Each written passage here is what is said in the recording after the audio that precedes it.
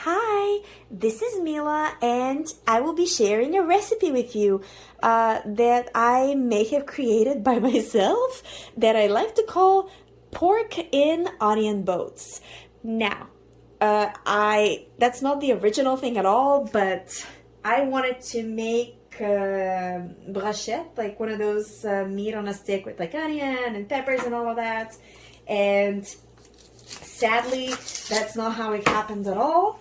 So I ended up not having the peppers. I didn't have the sticks.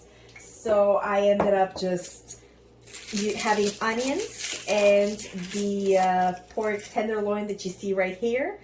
And I ended up making the famous pork in onion boats. Now, was it absolutely genius? Honestly, it was quite delicious. So I thought I'm gonna make it and share the recipe with you. So I need for this 2 onions, the pork tenderloin, and some spices like paprika and garlic salt. So I will start with the onion just to make sure that I fry nicely. And I'm going to start by literally cutting up and cleaning it, but I won't do any more cuts right now. So this recipe is pretty quick. So honestly, it's one of those where you kind of by the time you start it, you finish it just because it doesn't have a lot of ingredients, which is quite convenient for me because I don't spend a lot of time cooking, even though I actually love it. And when I get home from work, I'm a teacher, so, you know, I come home pretty tired. And so it's nice to kind of whip up something nice and quick and, you know, something that's tasty.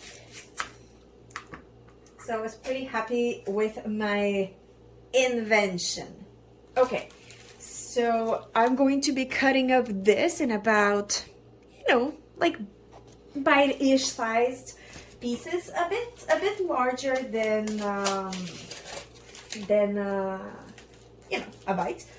But what I'd like to start by saying is I am not a professional cook. Meaning, don't say, oh, you didn't cut it right, you didn't put the right spices. I know, I probably didn't, but I'm doing my best. So this is the bigger piece. Well, they're both kind of big. So this is the big piece. So I will end up cutting it in 2. And then I will turn it around and there are the pieces. And I do think that it kind of turned out into a fun recipe, and I'll come back to you in a second once I end up cutting up all the meat. The pieces are about this big. I'm not cleaning them up because the fat is going to give it nice taste while it melts, or at least that's my theory. I do love cooking shows. I guess I've seen MasterChef and all of that, and I'd love to give you the pan-seared with like sauce and stuff like that, but I don't have time for any of that. So if there are any of you who are chefs or who are amazing cooks, and I am doing weird stuff, please feel free to let me know. And this way I can improve on my recipe. But again, if somebody invented that before, let me know who did so I can know what the correct recipe is. Now, for the onions, I'm not going to cut them up in little pieces. I'm just going to cut it up like this, right in the middle to get 4. And then each of those I will end up separating, and that's the little boat. So I'll just put all of them. This one didn't separate. I'll end up putting all of them next to each other. And you might have guessed it, because of the name, because it's pork in onion boats, I will be putting pieces of pork into the little boats. I have a ton of little boats ready. I murdered one of the boats, so I put it on the side because all those little pieces that are kind of from the middle, I will end up cutting up just so I can make masts to my boats. And I know it sounds weird, but it kind of look cute, so could it be like with garlic instead of this? Absolutely. But I don't like wasting, as I have already specified. So yeah, And I will start putting the pork in the boats. And, you know, I try to match the pieces because there's bigger pieces, smaller pieces. So if I see that I have a bigger piece, like I will put it in a bigger boat. And if I see that I have a smaller piece, then I will put it in a smaller boat. My God, it's giganda, so will go in this one. And I kind of press them in, like I don't let them flaunt, like I will end up pressing them a little bit just so it kind of takes the shape of the boat. Otherwise, I feel like they can sort of escape. But yeah, and the boats can be nicely full. I have only made this once before, and again, it was a happy accident. And I'm gonna be honest, tonight I was like, I will make it right. I will make the kebabs, and or is it kebabs? Oh my goodness, the meat on a stick with vegetables, and I ended up still not having the wooden sticks because somebody, and that somebody is me, didn't go to buy any. So here, almost all the pieces of meat are in a little boat, except for this one that kind of got stranded. So you know what? The one that I had broken is now a functional boat. There we go. No piece of meat shall be left behind. So now the next stage is the decoration. I will be taking out the little pieces here, and like this one's really tiny, but I'll be rolling it up and pressing it on. Is this the cutest thing? I don't know, but I like it.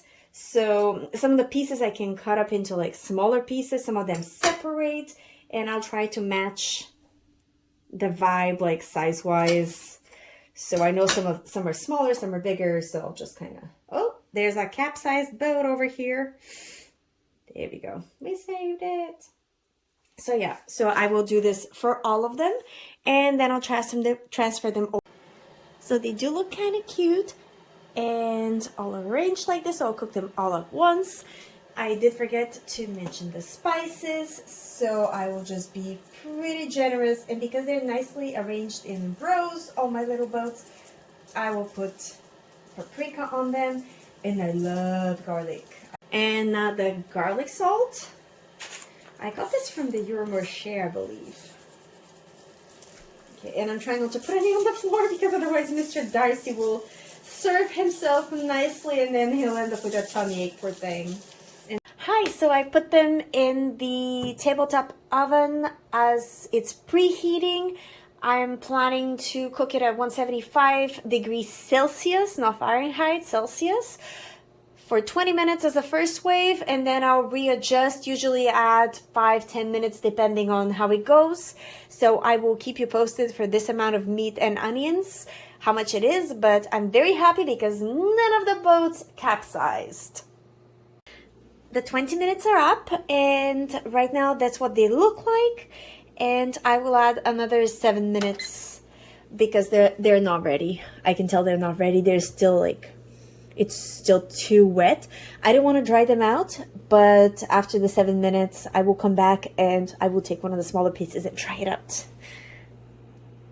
The 7 minutes is up, so a total of 27 minutes. I haven't changed the temperature at all. Let's try one of the little boats and see where it's at. Just put it on a little plate and I will go give it a taste test.